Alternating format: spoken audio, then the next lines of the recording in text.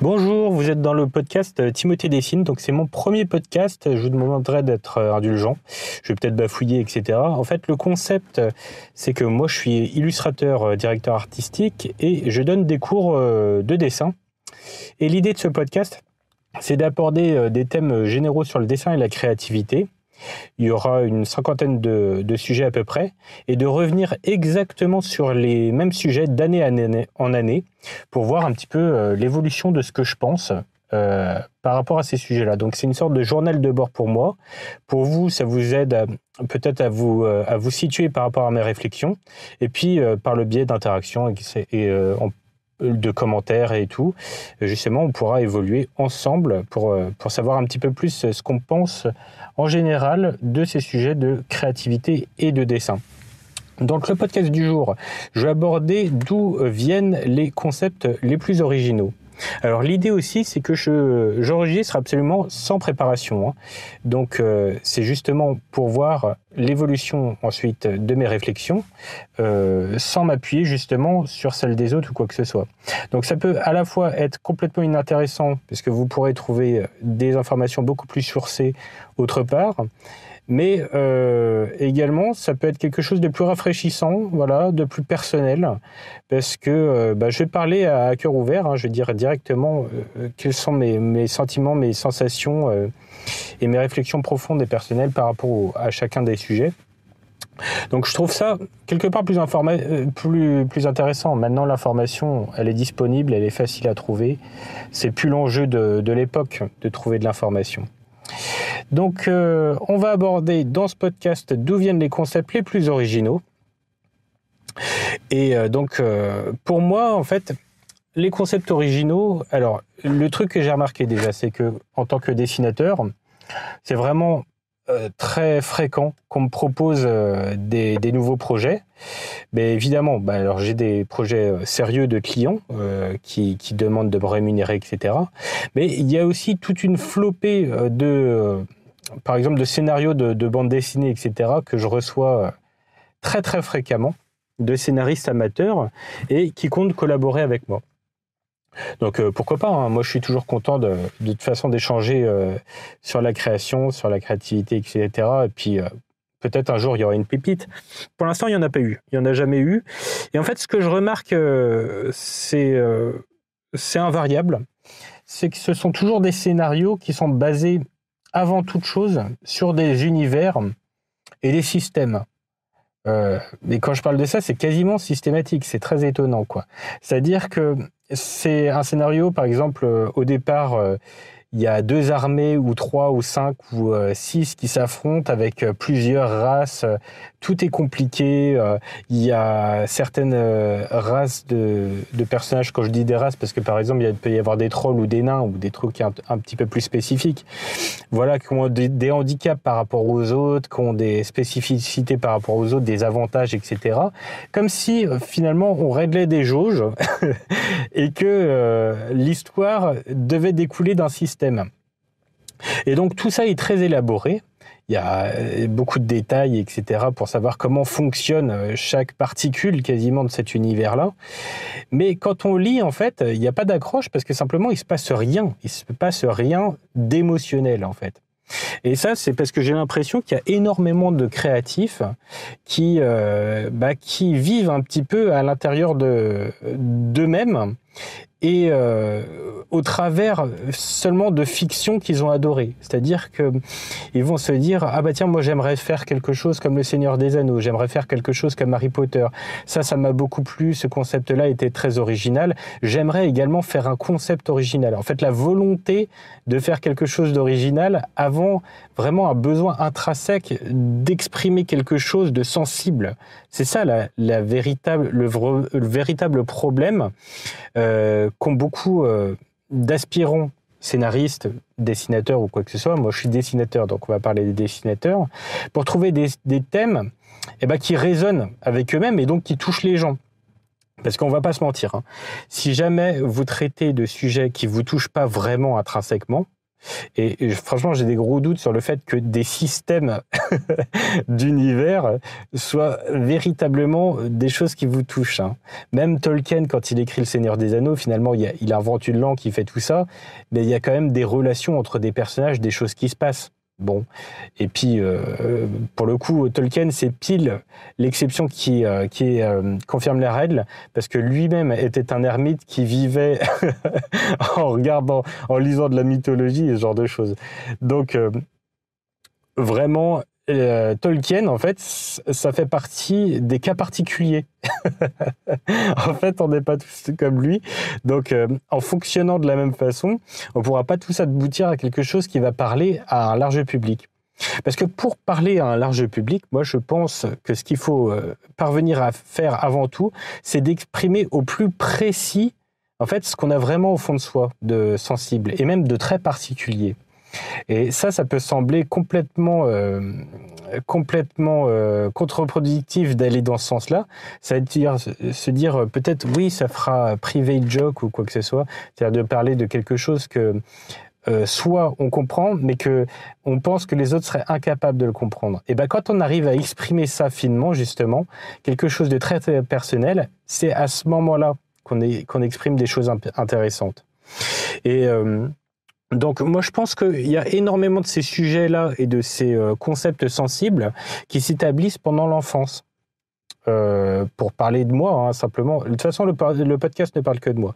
Donc quand j'étais enfant, c'est là que j'ai construit en fait mes relations les plus sensibles avec justement des personnages. C'est-à-dire que les personnages qui me touchent encore aujourd'hui, je les ai découverts pendant mon enfance.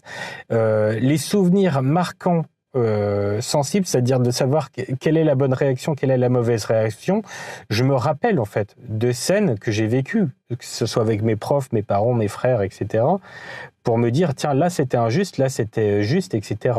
Donc c'est des souvenirs ancrés profondément et qui n'étaient pas encore altérés comme ça par en fait tout un cadre qu'on se fixe à l'âge adulte. Parce que quand on est adulte, du moins pour beaucoup d'adultes, il y a quand même beaucoup de règles, de convenances qui vont se fixer et qui vont altérer comme ça notre façon de recevoir le monde et les émotions des autres de façon sensible et directe. Est-ce qu'on va toujours se questionner? Oui, alors c'est peut-être par rapport à ça, c'est peut-être un problème sociétal, c'est peut-être un problème d'éducation, ce genre de choses, pour estimer la valeur morale, si tant est qu'on puisse le faire, d'une personne. Donc on va toujours se fixer dans des cadres qui sont beaucoup plus réfléchis, beaucoup plus en termes de système, hein, toujours. Le gros problème, c'est le système. Hein. Et surtout, le truc qu'on va avoir vraiment peur quand on est plus adulte, c'est on est terrifié quand on crée quoi que ce soit par l'incohérence. Voilà. Il faut absolument... Alors ça, c'est un énorme problème. C'est de se dire que tout ce qu'on dessine, tout ce qu'on imagine comme scénario, etc., la valeur fondamentale de l'œuvre, ça va être la cohérence. De savoir, un personnage a fait ça, il faut qu'il réagisse de telle façon par rapport à ça, etc. Mais c'est sans compter, en fait, sur la nature même de la vie. Hein. La nature même de la vie, elle est peut-être logique, elle est peut-être cohérente, mais du moins, si on essaye d'analyser tout de façon très logique et d'établir des relations logiques entre tout pour déterminer ce qui adviendra dans le futur, bah simplement ça ne fonctionne pas. Personne n'arrive à définir le futur par rapport aux relations de cause à effet. Ça existe dans la science-fiction, hein, dans je ne sais plus comment il s'appelle, le livre de science-fiction très connu comme ça, où il y a un scientifique qui arrive à comme ça à découvrir l'avenir en avance, en analysant le présent et en déduisant des systèmes logiques. Mais en fait, il y a tellement, si vous voulez, de variables et des variables qui sont infimes que c'est impossible de prédire précisément le futur. Si bien que l'imprévu, l'incohérence, si vous voulez, est naturelle. Du moins, elle nous paraît plus naturelle. Et la cohérence forcée absolue, en fait, eh ben, j'ai l'impression en quelque sorte, qu'elle nous écarte justement de l'émotion d'un récit ou quoi que ce soit. Donc je pense qu'il faut aussi savoir écrire au plus près en fait ce qu'on a au fond de nous et pas nécessairement s'inquiéter de la technique et de la cohérence dans un premier temps, quoi. Bon, même si tout ça, ça peut sembler très diffus, etc. Du moins, c'est des réflexions internes et de toute façon, c'est de l'art, hein. Donc l'art, c'est pas la science. En fait, il y a Jodorowsky qui dit un truc, moi, qui m'obsède. C'était dans un tout petit livre qui faisait d'aphorismes comme ça. Il y avait un aphorisme par jour. Et il a écrit le philosophe cherche le pont quand le poète traverse à la nage. Je trouve qu'il y a absolument rien qui est plus vrai que ça. C'est-à-dire que un artiste, un dessinateur ou quoi que ce soit, c'est un peu le poète, là, dans ce sens-là.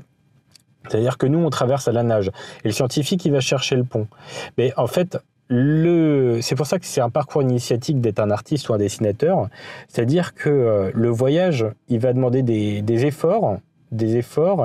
Il va falloir prendre des risques. Et à la fin, il va nous transformer. Voilà. C'est pas du tout ce qui se passe quand on cherche un pont. C'est-à-dire qu'on peut rester statique et attendre très longtemps, chercher des cartes, etc., jusqu'à le trouver, passer, et en fait, il s'est rien passé de transformatif en nous, quoi. Donc, ça, c'est vraiment quelque chose auquel je crois. Voilà. Donc après, une fois qu'on a nos idées, justement, on a débouché un petit peu sur des idées vagues, parce que les idées sont toujours vagues avant qu'on les travaille, hein, quand même. Donc l'idée, ça va être quand même de commencer le plus vite possible à dessiner ou à écrire. Donc là, on est dans un podcast de dessin, donc moi, je vais vous recommander de dessiner. Et en fait, vos idées vont vraiment s'affiner et vous trouverez d'autant plus de biais intéressants, etc., de chemins à tracer en dessinant qu'en simplement en réfléchissant. Et c'est pour ça qu'on a un vrai avantage compétitif qui sera durable, hein, sur les artistes, par exemple, qui vont utiliser l'intelligence artificielle pour créer des œuvres. C'est que, en fait, les dessinateurs, ils apprennent à réfléchir plus loin, beaucoup plus loin que tout le monde en dessinant. Exactement de la même façon que, justement, les écrivains définissent mieux leurs idées, etc., en écrivant au fil de l'eau, etc. On va trouver les choses les plus pertinentes à partir du moment où on travaille. Donc, il ne faut pas s'attendre du tout à avoir une idée et à dessiner son dessin définitif. Ça peut arriver qu'on le fasse. Mais en fait, pour trouver les meilleures idées, il va falloir itérer et produire énormément de déchets. Et ensuite, tout le rôle d'un artiste, c'est de faire un travail de curation, justement, de ces idées-là. C'est pour ça qu'en fait, un photographe, finalement, n'est pas très différent d'un dessinateur. C'est-à-dire que peut-être l'outil technique, c'est-à-dire l'appareil photo dans le cas du photographe, et le crayon, dans le cas du dessinateur, sont très différents à maîtriser, et sans doute qu'il est beaucoup plus simple de maîtriser un appareil photographique, mais savoir faire le choix, en définitive, de qu'est-ce qu'on garde et qu'est-ce qu'on jette, ça sera la même chose, ce sera le même processus créatif. Et c'est tout l'enjeu, justement, d'un artiste, hein, et c'est ce qui définit une carrière, c'est sa capacité à faire des choix, quoi. Parce que atteindre un niveau technique, c'est absolument c'est facile. Ça demande énormément de temps. Si vous voulez, non, c'est pas facile, c'est possible. C'est pas que c'est facile, c'est que c'est possible. Ça demande énormément de temps. Ça demande d'avoir des bonnes informations, évidemment, de recevoir du feedback, donc des retours sur ce qu'on fait, de gens qui sont qualifiés, etc., pour pouvoir progresser. Mais c'est absolument possible à tous. Par contre, devenir un grand artiste, c'est très difficile parce qu'il va falloir gérer sa carrière. Et gérer sa carrière, c'est faire des choix. Donc, choisir qu'est-ce qu'on garde, qu'est-ce qu'on rejette, etc. Et ça commence, comme je l'ai dit tout à l'heure, par être complètement soi-même. Parce que justement, pour faire quelque chose de cohérent qui parle aux gens, etc., il faut très très vite s'assumer, en fait. Il faut s'assumer, il faut assumer son discours, etc. En fait, on ne peut pas être un bon artiste, si vous voulez, si à chaque fois qu'on dessine quoi que ce soit, on on se dit, ça, je peux pas le montrer parce que ma mère aurait honte, quoi, si vous voulez. À un moment, il faut assumer absolument tout ce qu'on fait. Et c'est difficile, hein. C'est difficile. D'autant plus, voilà. En fait, j'ai l'impression que c'est un peu plus facile pour les jeunes maintenant. Parce que, par exemple, quand moi j'étais ado ou quoi, il y avait vraiment des styles qui étaient plus marqués, plus définis. Et j'arrive à m'en rendre compte parce que comme je donne cours de dessin et que je donne aussi cours à des ados, je remarque que ça c'est beaucoup plus diffus que dans le passé. C'est-à-dire que moi quand j'étais au collège par exemple, il y avait à la fois les chouquins comme on les appelait, donc ils remontaient leurs chaussettes par-dessus leur jogging et ils écoutaient le rap de l'époque. Et il y avait les Raons. Ça, c'était dans mon collège. Hein. Donc eux, ils écoutaient plutôt du rock, du punk californien ou ce genre de truc. Ils portaient des baggy, ils avaient des Vans, si tu veux. Et en fait, on pouvait pas, en tant que Raon, par exemple, aimer un titre de rap. C'était quelque chose, c'était pas permis, quoi. Et je remarque que c'est pareil pour la génération de mes parents, par exemple. Ils vont dire, ils vont écouter quelque chose et en fait, ils vont d'abord chercher à identifier dans quel registre c'est, dans quel style c'est, avant d'apprécier pour savoir s'ils aiment ou pas. C'est-à-dire que le fait d'aimer ou pas quelque chose va se faire d'abord d'un point de vue statutaire. Est-ce qu'on est plutôt comme ça ou plutôt comme ça? Le truc ridicule et qui fonctionne toujours, c'était les trucs politiques, quoi. Savoir si t'es de droite, si t'es de gauche, il y a des choses on fait pas parce qu'on n'est pas de droite, des choses qu'on fait pas parce qu'on n'est pas de gauche. Voilà, ridicule, absolument ridicule. Ça, c'est toute une génération. J'espère que ça va crever parce que c'est vraiment con. Donc, de la même façon, ça peut exister, voilà, d'un point de vue culturel. C'est justement, on s'interdit d'aimer quoi que ce soit, etc. Et donc, en fait, le truc, c'est que si vraiment on veut être un artiste ou quoi que ce soit, même dans un style qui est très très marqué, il va falloir aussi apprendre à aimer des choses qui sont pas dans notre univers a priori, ou du moins à leur laisser des chances. Et j'avais vu un documentaire sur Lemmy. Lemmy, c'était le bassiste de... je sais plus de quel groupe, c'est un bassiste d'un groupe de hard metal, de hard rock, désolé. Je le connais pas forcément très bien, mais du moins c'était intéressant. Et l'intervieweur, il lui demandait, mais est-ce que vous écoutez Christina Aguilera ou quoi? Et il le disait un peu d'un ton sarcastique, en pensant qu'il allait répondre, mais non, j'écoute pas ça du tout et tout, c'est de l'énorme merde, ça correspond pas du tout à mon univers, à mon état d'esprit rock'n'roll, etc. Et la réponse de Lemmy était parfaitement juste. Il fait, bien sûr, je suis un artiste, en fait, j'écoute absolument de tout. Qu'est-ce que c'est que cette question débile ou quoi? Et en fait, évidemment, il faut donner sa chance à absolument tout et à apprendre à apprécier des choses qui sortent en principe de ce qui fait notre identité, du moins comme elle est perçue socialement. Voilà. Et donc chercher simplement à être le plus authentique possible. Hein. Voilà. Donc le processus de germination, voilà, pour après, quand on commence à avoir ces dessins, ça va être de travailler sur feuille, etc., et d'itérer un maximum. Et c'est là que, en fait, quand même, le rôle de l'apprentissage et de la technique, c'est clair que ça donne un avantage qui est absolument certain, parce qu'il y a simplement des idées qu'on ne pourra pas avoir sans avoir un niveau technique. Moi, je me rappelle, j'avais commencé à travailler sur un projet de bande dessinée avec quelqu'un qui, par ailleurs, est un créatif, mais plutôt un littéraire.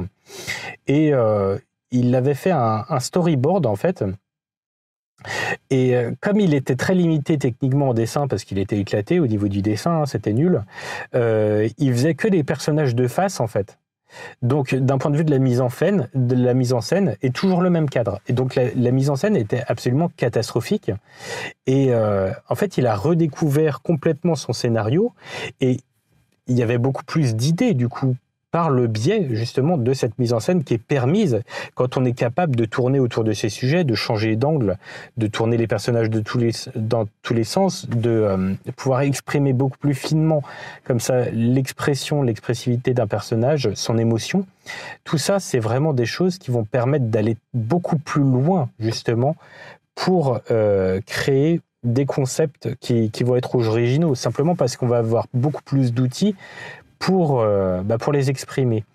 Et une idée, en fait, la plupart du temps, moi ce que les images desquelles vraiment j'en peux plus, c'est les trucs des concept art, voilà, vraiment à la con du Ubisoft ou quoi que ce soit là. Je déteste ça, hein, voilà. Désolé si vous travaillez pour ce type de boîte, mais moi je sais pas comment vous faites, hein, parce que dans la plupart des cas, en plus de ça, vous êtes des grands artistes. Mais bon, faire un décor avec un petit personnage minuscule et il se passe rien là, ça c'est vraiment des images, j'aurais du mal à faire ça toute la journée parce que je trouve que ça sert à rien du tout, quoi.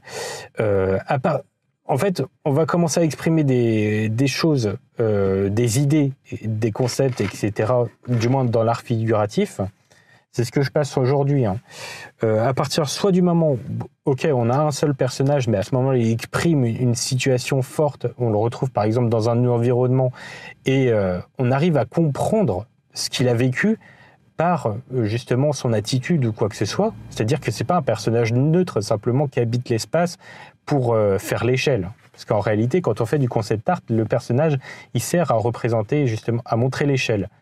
Par rapport à une porte, voilà, comme la porte elle est grande ou elle est petite, ou voilà, comme le véhicule est grand et petit, etc. par rapport à ce personnage. Ce n'a que ce rôle-là, ce ne sont pas des images narratives. Donc moi, je suis pas en train de décrier les gens techniquement, hein. Ils le font parce qu'après c'est utile dans la production, etc. Simplement, je trouve que c'est pas intéressant en termes d'image pure, de narration. Parce que moi, j'aime bien quand même qu'il y a un minimum, un tout petit brin de narration. Donc, quand on fait un personnage, du moins qui soit dans une attitude qui fasse ressentir son vécu, son état d'esprit ou quoi que ce soit. Et puis après, là où on peut aller beaucoup plus loin encore, c'est que quand justement on le met en interaction avec son environnement directement ou avec d'autres personnages. Et ça, le fait de créer de l'interaction entre un personnage, par exemple, qui s'assoit d'une façon particulière sur une chaise ou alors qui joue à saute-mouton avec un autre personnage, etc., c'est ce qui va demander justement un niveau technique qui est plus élevé. Voilà, parce que dessiner un personnage au milieu de rien, finalement, c'est beaucoup plus simple, hein. Tout ce qui va être la création d'interactions, etc., bah, c'est marrant parce que d'ailleurs, on a remarqué que dans les vidéos produites par intelligence artificielle, c'était exactement la même problématique. Pendant très longtemps, elles n'ont pas réussi à faire des personnages qui se battent entre eux, par exemple, de façon cohérente, donc ou des actions cohérentes entre eux. Pareil, de la même façon, là, par exemple, quand on voyait Will Smith manger son burger ou quoi que ce soit, ça a mis très longtemps à ne pas du tout fonctionner, parce qu'il y a des choses qui se passent entre des éléments distincts. Et dans le processus d'apprentissage du dessin, c'est également quelque chose qui va être très très compliqué à faire. Et c'est pour ça qu'il y a énormément d'apprentis dessinateurs justement qui vont stagner sur des personnages comme ça, simples, sur fond neutre, même sans décor ou quoi que ce soit, parce que simplement c'est plus dur à faire. Donc dès lors que on commence le dessin, si on veut commencer justement à fouiller des concepts pour trouver des idées qui soient originales ou quoi que ce soit, eh ben on va pouvoir au départ éviter de se soucier trop de la technique et justement dessiner de façon très très lâchée. C'est-à-dire que si vous n'y arrivez pas, essayez d'exprimer de la façon la plus simple possible avec des patatoïdes et tout, des formes ovoïdes, un petit peu des formes d'œufs et tout que vous superposez, ou alors par exemple des bonhommes bâtons ou quoi que ce soit, de créer des situations. Voilà. Et après, l'objectif, ça va être justement de trouver les ressources, les moyens, etc., ou alors l'aide auprès d'un professionnel, d'un professeur ou quoi que ce soit, pour exprimer ce que vous avez réussi à définir clairement, du moins pour vous, avec des dessins très simplifiés. Donc, ça, c'est ce que je recommande de faire. Mais c'est clair qu'à partir du moment où, de toute façon, on gagne en niveau technique, on peut aller beaucoup plus loin dans justement sa recherche de concepts, sa recherche d'idées, etc. La finesse de ce qu'on veut exprimer, les nuances, parce que simplement, tout ça, c'est des enjeux qui sont aussi techniques.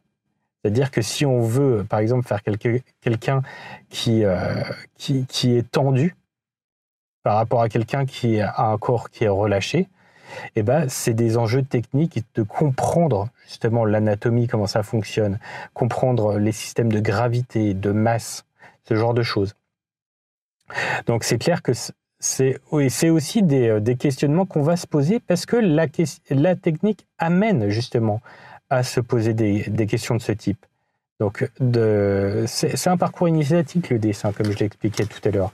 Donc, dans l'apprentissage des fondamentaux du dessin, de toute façon, on en vient à se poser des questions qui vont plus loin dans l'aspect sensible.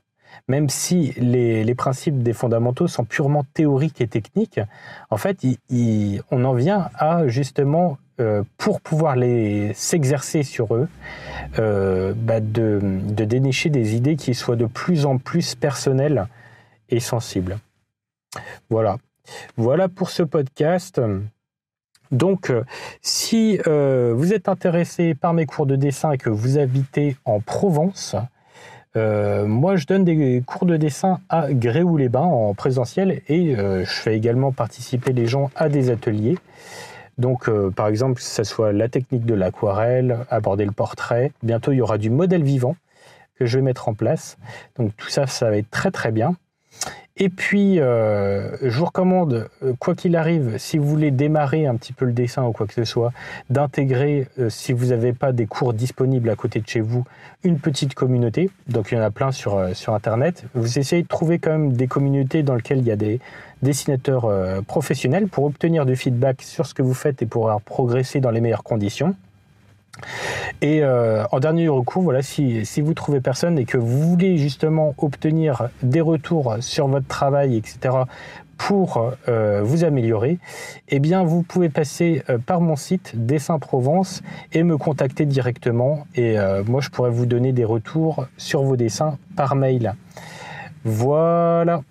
Allez, bonne séance de dessin à tous et ciao, à plus.